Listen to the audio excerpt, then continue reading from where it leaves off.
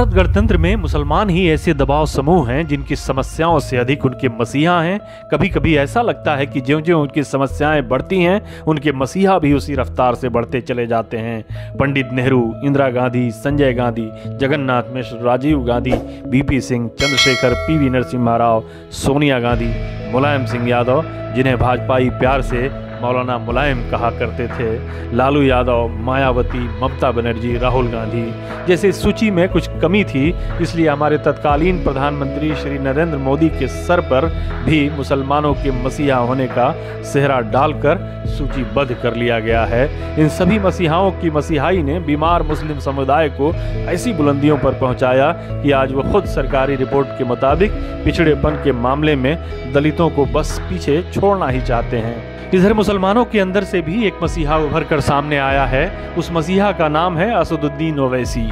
ओवैसी साहब सभी मसीहाओं का नाम लेकर या उन सबको एक ही डंडे से हाँकते हुए बिना उनका नाम लिए कहते हैं कि उन सभी ने जाहिर है मोदी जी को छोड़कर मुसलमानों का वोट लिया, लेकिन मुसलमानों की समस्याओं की तरफ कान नहीं धरा।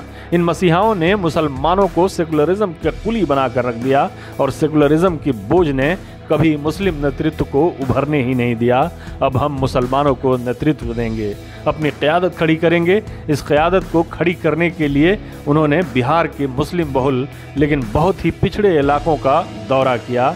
पिछले विधानसभा चुनाव में उनकी अपील पर यहाँ के कुछ एक इलाकों पर असर भी हुआ था और यहाँ से उनकी पार्टी ने 5 उम्मीदवारों को विधानसभा पहुँचाया और अपनी क़यादत खड़ी कर दी। लेकिन वो क़यादत बकौल ओवैसी साहब बिक गई, जिसे तेजस्वी यादव ने खरीद लिया और अब उनके खरीदारों में नीतीश कुमार का नाम भी जोड़ लिया गया है। इस खरीद बिक्री का बदला ओवैसी साहब यूं चुकाएंगे कि पिछली गलती नहीं दोहराएंगे और पूरे बिहार से अपने उम्मीदवार उतरवाएंगे। इस पर अमल कैसे होगा, इसकी एक मिसाल गोपालगंज विधानसभा के उपचुनाव में वो दिखा चुके हैं। गोपालगंज में राजद उम्मीदवार बीजेपी के उम्मीदवार से महज 1789 वोटों से हार गए थे। MIM को 12,212 वोट मिले थे। ये कहने की ज़रूरत नहीं है कि ये सारे वोट मुसलमानों के थे और सेकुलर पार्टी होने के नाते इन वोटों पर राजद का दावा था। आंकड़ों के लिहाज से सीट राजद की झोली में थी, लेकिन MIM ने उसका बना बनाया खेल खराब कर दिया। लेकिन यहाँ मसीहाई एक तरफा नहीं थी, बल्कि दोनों तरफ से आग बराबर लगी हुई थी। 2015 के विधानसभा चुनाव में नीतीश कुमार के चुनाव प्रबंधक प्रशांत किशोर ने जो नरेंद्र मोदी को प्रधानमंत्री बनाकर और उन्हें बिहार और कई दूसरे राज्यों में हराकर अब बिहार में अपनी पार्टी लॉन्च करने की तैयारी के सिलसिले में सुराज यात्रा पर निकले हुए हैं। उन्होंने बिहार में मोदी की काट का एक फॉर्मूला दिया था। वो फॉर्मूला ये था कि मुसलमानों को कम से कम उम्मीदवार बनाओ। मुसलमान तो बीजेपी को हराने के लिए महागठबंधन को वोट तो किसी भी हाल में देंगे, लेकिन यदि बहुत अधिक मुस्लिम चेहरे उम्मीदवारों की सूची में दिखेंगे तो हो सकता है कि महागठबंधन को मिलने वाले हिंदू वोट बीजेपी को चले जाएं।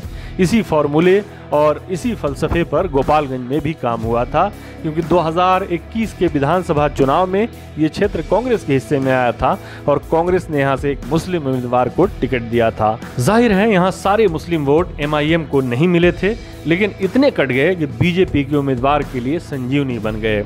2014 से पहले ओवैसी और उनकी पार्टी हैदराबाद तक सीमित थी। उत्तर भारत में मुसलमान सेकुलरिज्म के कुली बने हुए थे और बीजेपी को हराने वाली पार्टियों को वोट दे रहे थे।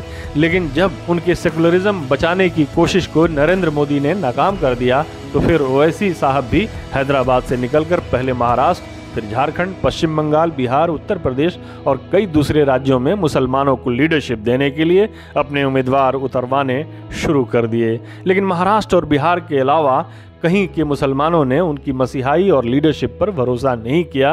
अपने हालिया बिहार दौरे में अपने विधायकों की बिक्री के अलावा वो यही बात करते सुनाई दिए कि नीतीश ने बीजेपी को मजबूत किया, तेजस्वी ने उनके विधायक खरीदे वगैरह वगैरह, और वो सीमांचल के विकास के लिए चक्का जाम करेंगे। आपको शायद याद हो कि उत्तर प्रदेश विधानसभा चुनाव से पहले जब असदुद्दीन ओवैसी ने उत्तर प्रदेश में बीजेपी को हराने का चैलेंज दिया तो मुख्यमंत्री योगी आदित्यनाथ, जो अखिलेश, मायावती और प्रियंका गांधी को खारिज कर चुके थे, उन्हें बड़ा नेता बनाकर उनके चैलेंज को स्वीकार किया था।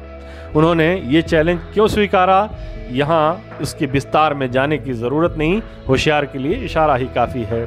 अब रही मुस्लिम क़यादत की बात, तो पहले कश्मीर, केरल और असम को इस लीडरशिप की रेस से बाहर कर देते हैं, क्योंकि इन राज्यों में पहले से ही मुसलमानों के नाम पर पार्टियां मौजूद हैं और यहाँ फ़िलहाल ओवैसी साहब की दाल नहीं गलने वाली। शेष भारत में एक सीट उत्तर प्रदेश, एक बिहार, एक लक्षद्वीप और 2-3 सीटें पश्चिम बंगाल में हैं, जहां मुसलमान 50% से अधिक हैं। पिछले कुछ चुनाव में कम से कम 2 मुस्लिम मेजॉरिटी सीटों पर ऐसा हुआ कि बीजेपी जीत गई, जो ये कहते हुए मुसलमानों को टिकट नहीं देती क्योंकि योग्यता में विश्वास करती है और उसके हिसाब से उसे कोई योग्य मुस्लिम उम्मीदवार नहीं मिलता।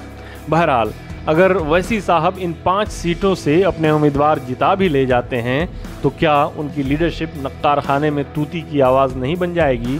क्या अपनी आवाज़ को उठाने के लिए ये काफ़ी नहीं है कि 2 MP वाले ओवैसी साहब को हिंदुस्तानी मीडिया जितना महत्व देता है, उतना महत्व 22 सांसद वाली ममता बनर्जी को भी नहीं देता? यदि ओवैसी पूरे बिहार से अपने उम्मीदवार उतारते हैं, तो ये कहने की ज़रूरत नहीं है कि उसे महागठबंधन अगर बचा रहा तो उसको काफ़ी नुकसान होगा, और तेजस्वी और नीतीश कुमार अगर उस समय तक साथ रहे तो उनके सपनों पर पानी फिरना तय है। हमारे साथ जुड़ने के लिए आपका शुक्रिया। हमारा वीडियो पसंद आए तो इसे लाइक करें, हमारे चैनल को सब्सक्राइब करें और कमेंट बॉक्स में जाकर अपनी राय ज़रूर दें।